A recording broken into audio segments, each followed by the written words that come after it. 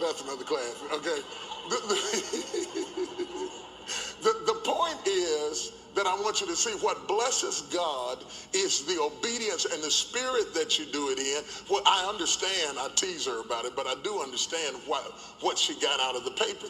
The suit means nothing. The message was more significant to her because of our relationship than the suit. A lot of men don't understand that about women.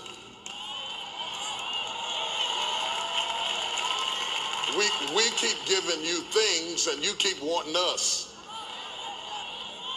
But I'm not going to get into that. What blesses God is the obedience. I know that just killed half the fellas in here. They just they turning blue and passing out, you know.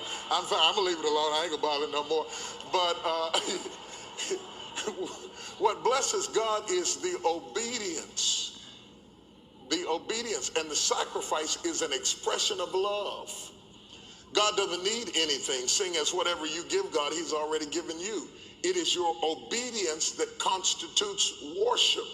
It's your obedience that constitutes worship.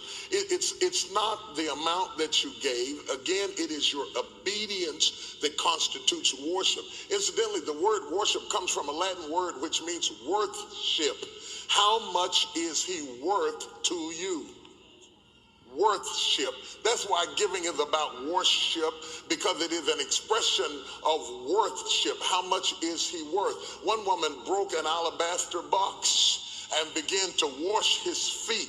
Now, the alabaster box represented a considerable amount of money. Some Bible scholars say a life savings she spent on Jesus' feet. And Judas was upset. Huge attitude. The fanatics and crazy and all of that. And Judas was just jealous. And that's what you have to understand about critics. Most of them are just jealous. And he was just jealous. He was jealous. Number one, he was greedy. He wanted the money. He ended up selling Jesus for 30 pieces of silver. Judas never did get delivered of his attitude about money.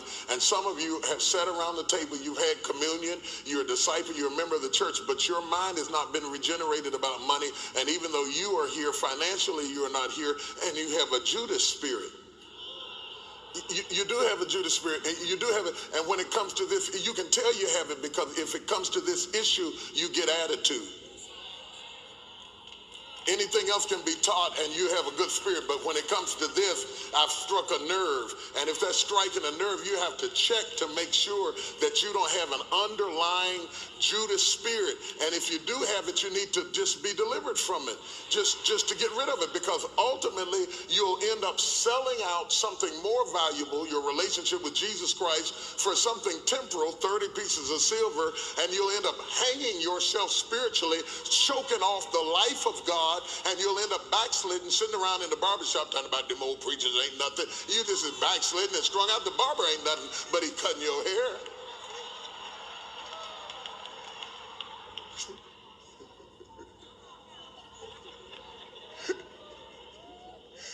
He ain't nothing, but he can cut your hair. I used to know a guy was drunk, but he could cut good. I'm gonna get out of there. Go to 1 Samuel. 1 Samuel chapter 15, verse 17 through 24. 1 Samuel chapter 15, verse 17 through 24.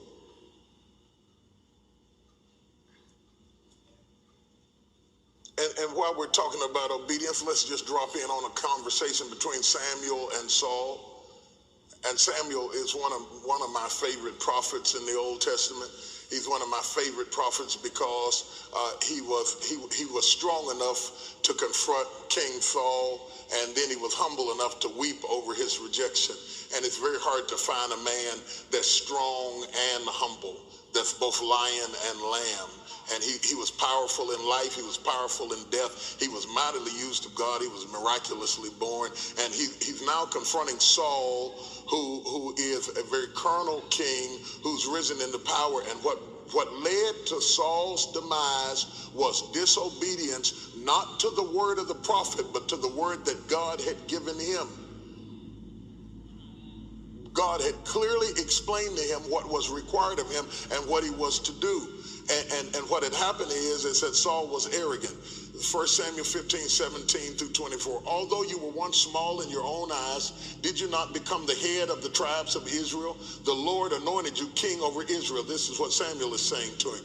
And he sent you on a mission saying, go and completely destroy those wicked people, the Amalekites. Make war on them until you have wiped them out. When God says wipe something out, he means wipe it out. He doesn't mean part of it. He doesn't mean half of it. He doesn't mean what you have left. You don't do what you have left. You do what is right.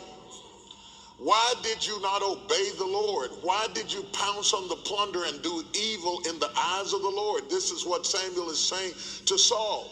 And Saul comes back, but I did obey the Lord, Saul said. I went on the mission the Lord assigned me. I completely destroyed the Amalekites and brought back Agag, their king.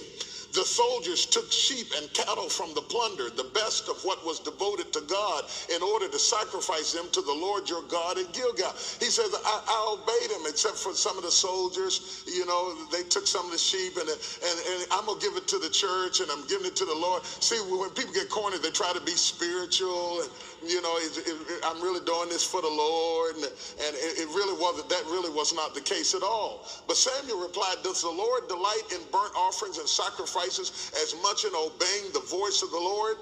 Then he says something that is very profound. To obey is better than the fat of rams. To obey is better than the fat of rams. What God gets out of it is not the offering, it is not the tithe, it is the obedience. To obey is better than the fat of rams. Fat of rams was something that was offered up to the Lord. It was the very best of the offering. But to obey was even better than that. For rebellion is like the sin of divination, and literally in King James it says the sin of witchcraft, and arrogance like the evil of idolatry. Rebellion is worse than witchcraft, and arrogance like the evil of idolatry. Because you have rejected the word of the Lord, he has rejected you as king. Saul lost his blessing.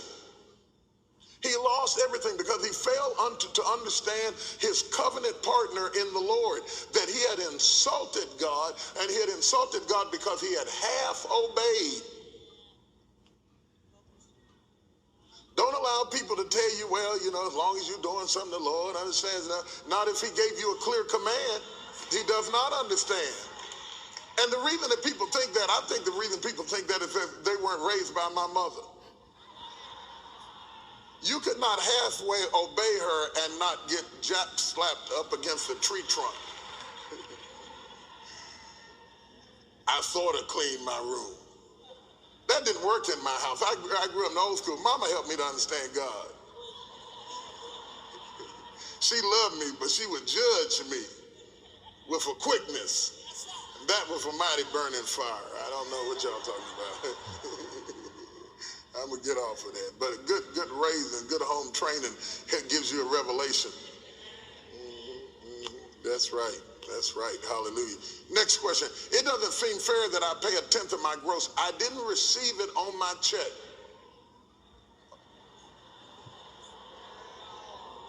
Okay, that is how a lot of people feel. They say, well, I'm paying 10% of what I actually received. I didn't actually receive it, so it's not mine. It doesn't seem fair that I should pay a tenth of my gross. I didn't receive it on my check.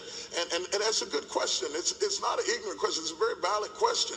The problem is the proper way to tithe is off of what you actually gross. The term gross income literally means, it should be means before deductions. Whatever your gross income is, that is your income. In the Bible, they tithe off of substance before taxes. It is your income when you go to get a house. When they ask you how much you make a year, you don't give them your net, you give them your gross. It is your income when you go to buy a car. It is your income when you fill out an application and list your current salary. It is your income. The only time you get amnesia is when you... Now all of a sudden you're really confused. You weren't confused no other time.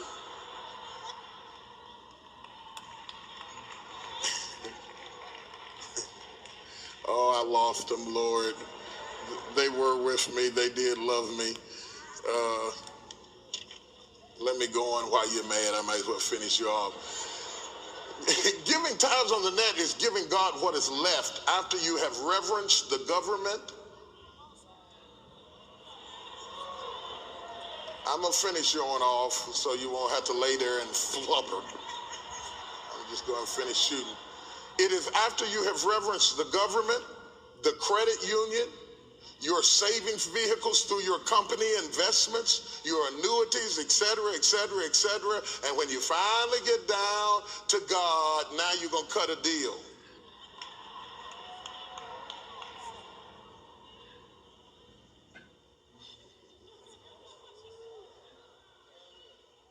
Let me give you some word. Malachi 3:10.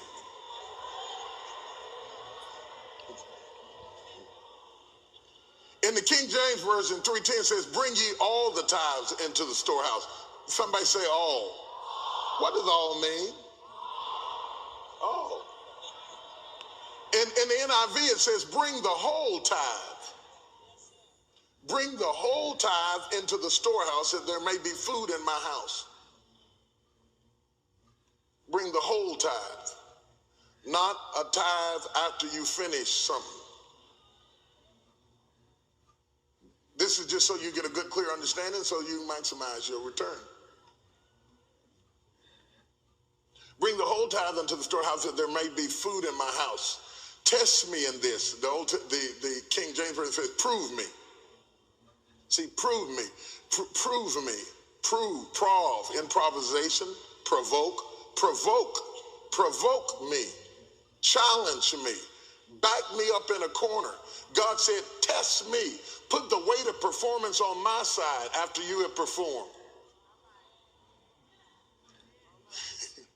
God said, I'm testing you, I'm proving you. After I proved you, prove me. Test me in this, saith the Lord Almighty, and see if I will not throw open the floodgates of heaven and pour out so much blessings that you will not have room enough for it. Glory to God. This ought to be good news to some of you. God said, test me. Back me in a corner and see if I will not perform in your life. See if I will not open the floodgates of heaven. King James Version says, open up the windows of heaven. In the NIV, it translates the same word, floodgates. A floodgate is when the gate has dammed up the flood. And the waters are coming, but they can't get through the floodgates. And so when you lift up the floodgates, what King James calls a window, it causes the flood that was sent to you to get to you. God is saying disobedience will close the gate, dam up the blessing. It's not that he's not sending it to you, but your blessing is being dammed up. And the moment you obey him, God said, I'll move the floodgates like you open up a window, and what I sent to you 20 years ago will flood you. And the reason you won't have room enough to receive it is because all of the blessings that I've had for you from the foundations of the world have been waiting on you to become a woman of faith and a man of faith. And the moment you start operating in my principle, God said, I'll send you a floodgate. Your whole living room will be floating on the blessings that I release in your life. If you ever break down and provoke me, I'll release so many blessings to you that you'll ride out and say, why did I wait so long to get this level of blessing? In fact, the Bible said that the blessing would overtake you, and the word overtake means to tackle. Just like a flood hitting you, knocking you. That's how your blessings will hit you. And there are some people in here who are getting floodgate blessings. You're just walking into stuff that just you don't even know where it came from.